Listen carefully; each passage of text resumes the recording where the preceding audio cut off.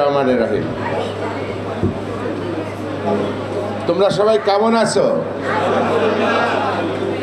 আরে জোরে বলো, কেমন আছো তোমরা? এই যে আমরা বললাম আমরা ভালো আছি, আলহামদুলিল্লাহ। এটা কিন্তু সবচেয়ে বড় আল্লাহর একটি নিয়ামত, যে সুস্থভাবে থাকা। আমি কিন্তু আবার বক্তৃতা দেওয়ার সময় কেউ কথা বললে বক্তৃতা দিতে পারি না, আর আজকে বক্তৃতা দিব না। আমাদের মনে এত বড় আবেগ, অনেক দিন আমাদের কারোর সাথে দেখা হয় না। বিশেষ করে আমাদের ছাত্রীদের মনে বেশি আবেগ। তারা আবেগে এতটাই উৎফুল্ল যে একে অপরের সাথে মিলিত হয়ে তার মনের কথাটা বলার জন্য একেবারে উদ্গ্রীব হয়ে বসে আছে। এবং আমরা যতই বলুক, এই হাসনাত যতই বলুক না কেন, কেউ তাদের আবেগটাকে ঠেকিয়ে রাখতে পারছে না। তো যাই হোক, আজকের এই সম্বর্ধনা অনুষ্ঠানের সম্মানিত প্রধান অতিথি, আমার শিক্ষক তুল্য প্রফেসর ডক্টর ফজল মোহাম্মদ সিরাজুল হক, উপস্থিত আছেন আমাদের সম্মানিত তাহের স্যার, সাফায়েত স্যার, শওকত জাহাঙ্গীর, এবং আজকের অনুষ্ঠানের সভাপতি আমাদের অত্যন্ত স্নেহভাজন শিপন, সঞ্চালক মিজান সহ আমার সামনে অনেক ছাত্রছাত্রী উপস্থিত আছেন। এবং সবচেয়ে বিশেষ আনন্দের বিষয় হলো যে আজকের এই অনুষ্ঠানে আমরা যাকে সম্বর্ধনা দিচ্ছি সেই প্রফেসর ডক্টর হাসনাত আলী। আমার গর্বের বিষয় যে সে আমার একজন ছাত্র, এটা আমার কাছে অনেক বড় একটি গর্বের বিষয়। আর একজনকে আমরা সম্বোধনা দিচ্ছি, এই জাফর ও আরবি বিশ্ববিদ্যালয়ের পুরো ভাইস চ্যান্সেলর, আমার সহকর্মী, দীর্ঘদিন তার সাথে আমার শিক্ষকতার অভিজ্ঞতা আছে। হাসনাত একদিকে যেমন আমার ছাত্র, অন্যদিকে কিন্তু আমার সহকর্মী। আর এই সহকর্মী হওয়ার সুবাদে আজ প্রায় দীর্ঘ 35 বছর ছাত্র এবং শিক্ষকতার মাঝে আমাদের মাঝে প্রায়ই যোগাযোগ হয়, এবং অন্তত মাসে একবার দুইবার ফোনে কথা হবে, দেখা হবে। এবং তার যে আন্তরিকতার কখনো অভাব দেখিনি। একজন শিক্ষকের কাছে, একজন বাবার কাছে যেমন সবচেয়ে বড় পাওয়া হলো যখন তার সন্তান তার চেয়ে বড় কিছু হয়ে যায়। এর চেয়ে বড় পাওয়া, আনন্দের, একটা বাবা মার কাছে আর কিছু হতে পারে না। ঠিক তদ্রূপ একজন শিক্ষকের কাছে সবচেয়ে বড় পাওয়া হলো তার শিক্ষক, তার ছাত্র যখন তার চেয়ে অনেক বড় হয়ে যায়। এর চেয়ে আনন্দের আর একজন শিক্ষকের কিছু হতে পারে না।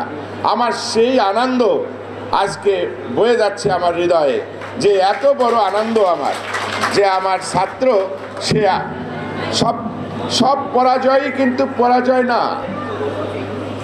আমি যখন আমার ছাত্রের কাছে পরাজিত হই, সেটা আমার বিশাল বিজয়, এত বড় বিজয় যে এত বড় বিজয় আর হতে পারে না। আমার সামনে যত ছাত্রছাত্রী আছে, আমি ছাত্রছাত্রী বললাম, সরি, যে এখন এরা তো বুড়া হয়ে গিয়েছে। আমি যখন প্রথম 90 সনে ইসলামী বিশ্ববিদ্যালয়ে যোগদান করি, তখন আমার মনে হলো যে ওরা আর আমরা মনে হয় একই বয়সী।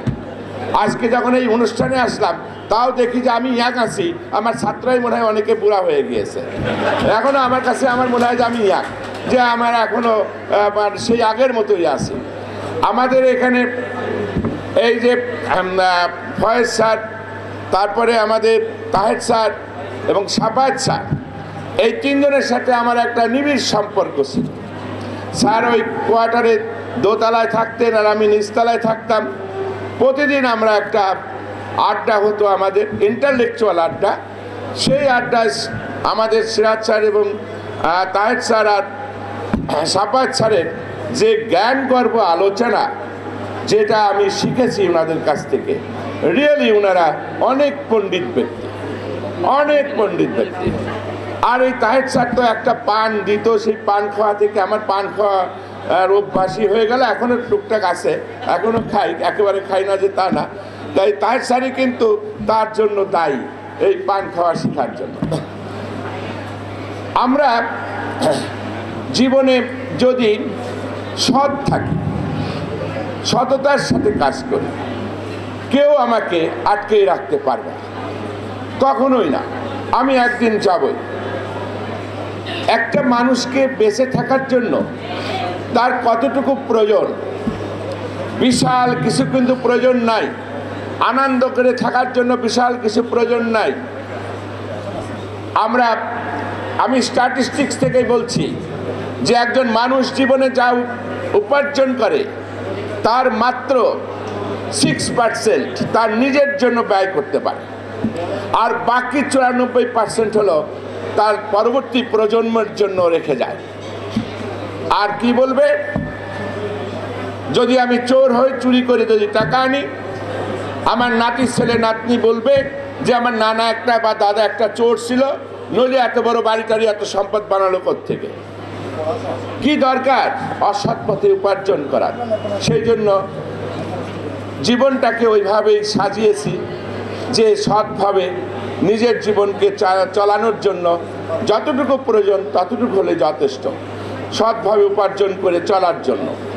এবং এই যে জাফর যে কথা বলল, আসলে আরবি বিশ্ববিদ্যালয়, এই জাতীয় বিশ্ববিদ্যালয় আমরা কিন্তু দুর্নীতির একটা জায়গা বলে আমরা মনে করি। আমি একটা মাদ্রাসার সভাপতি, এবং সেখানেও আমি আরবি বিশ্ববিদ্যালয়ের সাথে সেই কারণে কানেকশন ছিল, অনেক কিছুতে আমরা দেখেছি। কিন্তু সেই দুর্নীতিমুক্ত যদি একটা প্রতিষ্ঠান করতে পারে, এই হাসনাত একজন ভাইস চ্যান্সেলর, আমি জানি হাসনাত সম্পর্কে, সে অত্যন্ত সৎ একজন মানুষ। সে সততার সাথে বিশ্ববিদ্যালয় চালাবে, এবং যদি সততার সাথে বিশ্ববিদ্যালয় যদি চালায়, বিশ্ববিদ্যালয় তাকে মনে রাখবে, তার ছাত্রই তাকে মনে রাখবে। আমি যেখানে গিয়েছি, যেখানে থেকেছি, এই তোমাদের দোয়ায় এবং আমার সম্মানিত শিক্ষকদের দোয়ায় আমি সম্মানের সাথে গিয়েছি, সম্মানের সাথে এসেছি, এবং এখনও সম্মানের সাথেই আছি। কারণ আমার মধ্যে আমি কখনো অসৎকে আশ্রয় দিই না। বললো যে বৈষম্য, হ্যাঁ, সেদিনও একটা ভাইবা বোর্ডে যখন দেখলাম যে ইসলামী বিশ্ববিদ্যালয় লেখা আছে, তখন নিজের মনের কাছে একটু বৈষম্য কিন্তু চলে আসে। ওই জন্য হাসনাত বললো যে না, বৈষম্য হবে না। নিজের অজান্তেই কেন যেন মনে হয় যে আমার ইসলামীকে চিনিও না, জানিও না, সে কিন্তু আমাকে দেখেও না বা আমাকে জানেও না, তারপরে মনে হয় যে না, এরা ইসলামী বিশ্ববিদ্যালয়ের ছাত্র, অতএব একে যদি একটু দেখা যায়, দেখি না কেন, একটু নেওয়া যায় কিনা, দেখি না, আবার দ্বিতীয়বার ভাই বানিয়ে দেখি যে আরেকটু সে ভালো করে কিনা, ইমপ্রুভ করে কিনা। এই যে একটা মনোভাব কিন্তু আসে। রাস্তাঘাটে যখন চলি, যখন এই সুন্দর সুন্দর ছেলেদেরকে দেখি এবং দেখা হয়, মনে হয় যে আমি আমার সবচেয়ে আপন মানুষটিকে আমার কাছে পেলাম। এর চেয়ে বড় আপন মানুষ, আপন জন আর যেন হয় না। এবং আমি এখানে অনেকেই আছে যে আমি নাম না বলি, যারা কিন্তু আমার একদম ফ্রেন্ডের মতো, একদম বন্ধু, এবং তাদের সাথে বসি, আড্ডা দিই, গল্প করি। তারাও মাঝে মাঝে কোনো প্রোগ্রাম হলেই আমাকে বলে, স্যার আপনি আসেন। আমি বলি যে এই তোমাদের এই অনুষ্ঠানে আমি গেলে ভালো লাগবে তোমাদের? বলে না স্যার, আপনি আসেন। আমি সেখানে যাই, বসি। ওরা যেভাবে আমাকে সম্মানিত করে, সত্যিকার অর্থেই এত বড় সম্মান পাওয়ার পরে আর জীবনে কি চাই? আর জীবনে কোনো চাওয়া পাওয়ার নাই। ছাত্রদের ভালোবাসা এবং সম্মান, সেটি নিয়েই পরবর্তী জীবনে বেঁচে থাকতে চাই। এতটুকু পেলেই যথেষ্ট। পেশা এবং রাজনীতি দুটি কিন্তু এক জিনিস না। পেশাগত দায়িত্ব যখন আমি পালন করব, তখন সেটি হবে আমার, যারা আমার সাথে জড়িত তাদের জন্য, আমি আমার ছাত্রের জন্য, আমি আমার সহকর্মীদের জন্য, আমি আমার সবার জন্য। এবং এই মনোভাব নিয়েই কিন্তু সারা জীবন চলার চেষ্টা করছি, এবং আশা করি হাসনাতও সেই রকম মন মানসিকতার একজন মানুষ, এবং সে কিন্তু সেটি করবে। এবং হাসনাত সম্পর্কে প্রশংসা আমি বেশি করতে চাই না, কারণ ও এত ভালো মানুষ যে ওর প্রশংসা করতে গেলে হয়তোবা সময় অনেক নষ্ট হয়ে যাবে। আর এখন অনেকেরই পেটে ক্ষুধা, খাওয়ার জন্য উদ্গ্রীব, আর আমি এটাও জানি যে এখানে সঞ্চিতা পাল আছে, ওই সঞ্চিতা পাল যদি এখানে এসে গান গেত কেউ কিন্তু একটা কথা বলতো না, সবাই কিন্তু মনোযোগ দিয়ে গান শুনতো।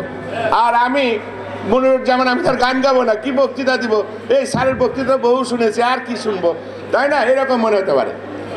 একটা কথা আমরা না, ওই সঞ্চিতা পালকে খুব ভালো করে চিনি, ওর গান শুনেছি অনেক, অনেক সুন্দর গান গায়। তা একটা কথা বলি যে আল্লাহ তাআলা যেন আমাদের বাকি জীবন সুন্দর রাখে, সুস্থ রাখে, আমরা যেন সুস্থ শরীরে বেঁচে থাকতে পারি, চলাফেরা করতে পারি। আমাদের মধ্য থেকে অনেক ছাত্র যারা মৃত্যুবরণ করেছে, আল্লাহ তাআলার ইন্তেকাল করেছেন, আল্লাহ তাআলার নিয়ে গিয়েছেন, তাদের আমি রুহের মাগফিরাত কামনা করছি। এবং আমার অত্যন্ত কাছের কিছু ছাত্র যারা আমাদের কাছ থেকে চলে গিয়েছেন, সত্যিকার অর্থে এত খারাপ লেগেছে। আমার কিছু সহকর্মী তারা গেছে, বিশেষ করে অর্থনীতি বিভাগের মুহিত আমার অত্যন্ত কাছের মানুষ ছিল, ও ইন্তেকাল করেছে, তারও রুহের মাগফিরাত কামনা করি। আপনারা সবাই দোয়া করবেন এবং তোমরা আমাদের জন্য দোয়া করো, আমরাও তোমাদের জন্য দোয়া করি। আল্লাহ তোমাদের মঙ্গল করুক, ভবিষ্যৎ ভালো হোক এবং হাসনাত যেন এই নওগাঁ বিশ্ববিদ্যালয়ের একজন মডেল ভাইস চ্যান্সেলর হয়, সেই আশাবাদ ব্যক্ত করে সবার সুস্বাস্থ্য কামনা করে আমার বক্তব্য শেষ করি। ধন্যবাদ সবাইকে।